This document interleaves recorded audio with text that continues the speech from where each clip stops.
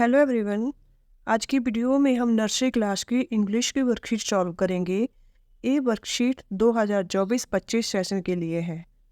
तो सबसे पहले जब नर्सरी क्लास में बच्चे एडमिशन लेते हैं तो सबसे पहले उनको स्ट्रोक सिखाए जाते हैं, जिसमें सबसे पहले होता है स्टैंडिंग लाइन, जो इस तरह से होती है। 2 डॉट लगाए जाते हैं जिसमें इस तरह से स्टैंडिंग लाइन लगाई जाती है। फिर स्लीपिंग लाइन, जो लेटी हुई रेखाएं होती हैं इस तरह से। उसके बाद उसको स्लैंटिंग लाइन, जो इस तरह से होती है। उसके बाद बच्चे को कर्व सिखाए जाते हैं, जो इस तरह से होते हैं। लेफ्ट कर्व, राइट कर्व और डाउन कर्व, अप कर्व, इस तरह से सिखाए जाते हैं। जब ये स्ट्रोक बच्चे को लिखना आ जाते हैं, कई बार बच्चे को स्ट्रोक सिखाने में ही महीना लग जाता है। जिन बच्चों की प्रैक्टिस पहले से ही हुई होती है वो बच्चे ज़रा जल्दी सीख जाते हैं। तो स्ट्रोक के बाद बच्चों को कलरिंग करना सिखाया जाता है, जिसके लिए बच्चों के पास क्रेयॉन दिए जाते हैं। क्रेयॉन के साथ बच्चे आसानी से कलर भी कर लेते हैं और पेंसिल के ऊपर भी बच्चों की ग्रिप अच्छे से बन जाती है। तो आज की वीडियो में हम बच्चों को अल्फ़ाबेट सिखाने की प्रैक्टिस कराएंगे। जैसे सबसे पहले इंग्लिश अल्फ़ाबेट होता है ए की प्रैक्टिस कराने के लिए बच्चे को 2 या 3 ऑब्जेक्ट बनाने हैं। जैसे ए फॉर एप्पल, ए से एरोप्लेन हो गया, ए से आंट हो गया। इन सारे ऑब्जेक्ट में स्टूडेंट ने कलर करने हैं। तो जैसे हमने कलरिंग करना सिखा दिया, ए से एप्पल बनता है, ए से एरोप्लेन बनता है, ए से आंट बनती है, इस तरह से सिखा देते हैं तो ए की पहचान भी बच्चे को हो जाती है। अब नंबर आता है कि बच्चे को लिखना कैसे सिखाएं। तो जैसे यहाँ पर हमने लिखा है अल्फ़ाबेट ए। अल्फ़ाबेट ए लिखने के लिए बच्चे को 3 डॉट लगाने हैं, जैसे 1 2 3। अब स्लैंटिंग लाइन पहले ही सिखा दी होती है, तो इसी तरह से right to left slanting line लगानी है, फिर लेफ्ट टू राइट स्लैंटिंग लानी है, from its middle sleeping line. अगर इस तरह से बच्चे को लिखना ना आए तो ट्रेसिंग के सहारे सबसे पहले लिखना सिखाना है। ट्रेसिंग में सबसे पहले जैसे 3 डॉट तो लगाए होते हैं, इसमें पहले से ही डॉट होते हैं।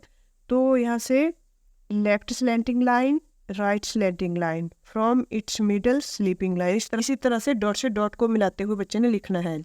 सबसे पहले हमने लेफ्ट स्लैंटिंग लाइन में डॉट लगाए, फिर राइट स्लैंटिंग लाइन में डॉट लगाए, from its middle sleeping line. ये सारे मैंने डॉट के सहारे ही लिखी। फर्स्ट डे में जो प्रैक्टिस करानी है तो डॉट के ऊपर ही करानी है, जैसे ट्रेसिंग करके ही बच्चे को अल्फ़ाबेट लिखना सिखाना है। यहाँ पे ट्रेसिंग के सहारे हमने फर्स्ट डे बच्चों को सिखा दिया। अब हमने डॉट के सहारे ही बच्चे को सिखाना है, जैसे 3 डॉट के सहारे। यहाँ पे हमने 3 डॉट लगा दिए, 1 2 3, 1 2 3।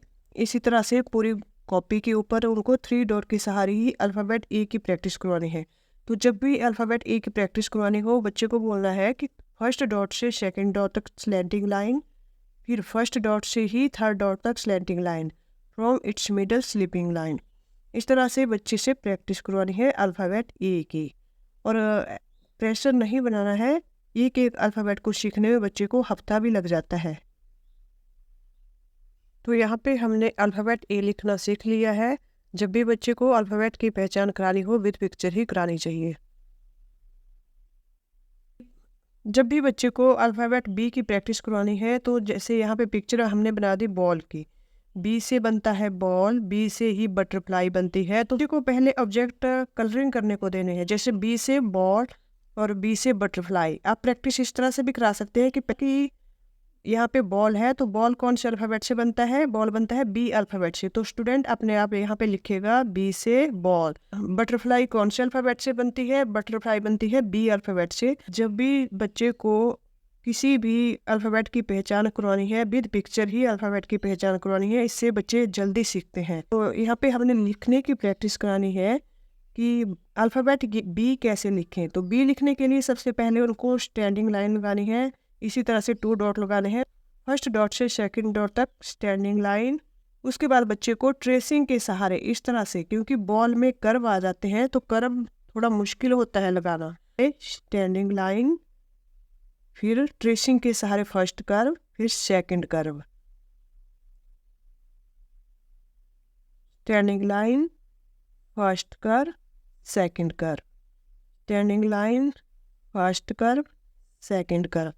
अल्फ़ाबेट बी लिखने के लिए first dot, second dot, first dot से सेकंड डॉट तक स्टैंडिंग लाइन, फिर first curve, second curve.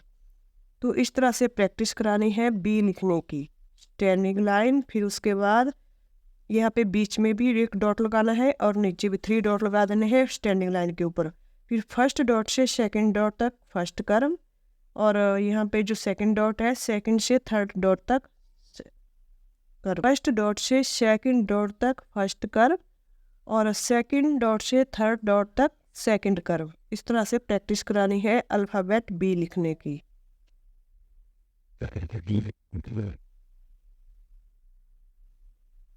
Alphabet सी लिखने के लिए यहाँ पे हमने पहले ही कप बना दिया है, कैट बना दी है, but c for cup, c for cat.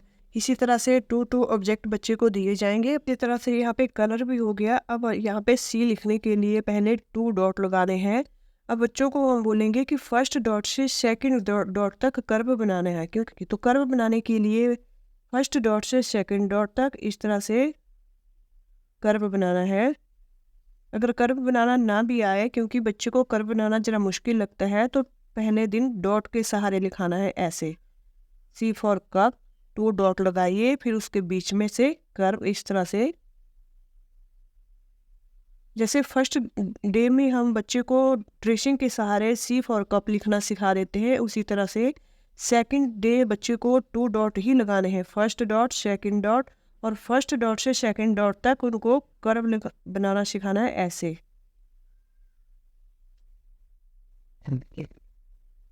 इसी तरह से अल्फ़ाबेट सी की प्रैक्टिस हो जाएगी लिखने की। आज की वीडियो में हमने नर्सरी क्लास की इंग्लिश की वर्कशीट सॉल्व की, जिसमें हमने छोटे बच्चों को अल्फ़ाबेट कैसे लिखना सिखाएं, इसके ऊपर आज की वीडियो थी। ये जो वीडियो है ये 2024-25 सेशन के लिए है।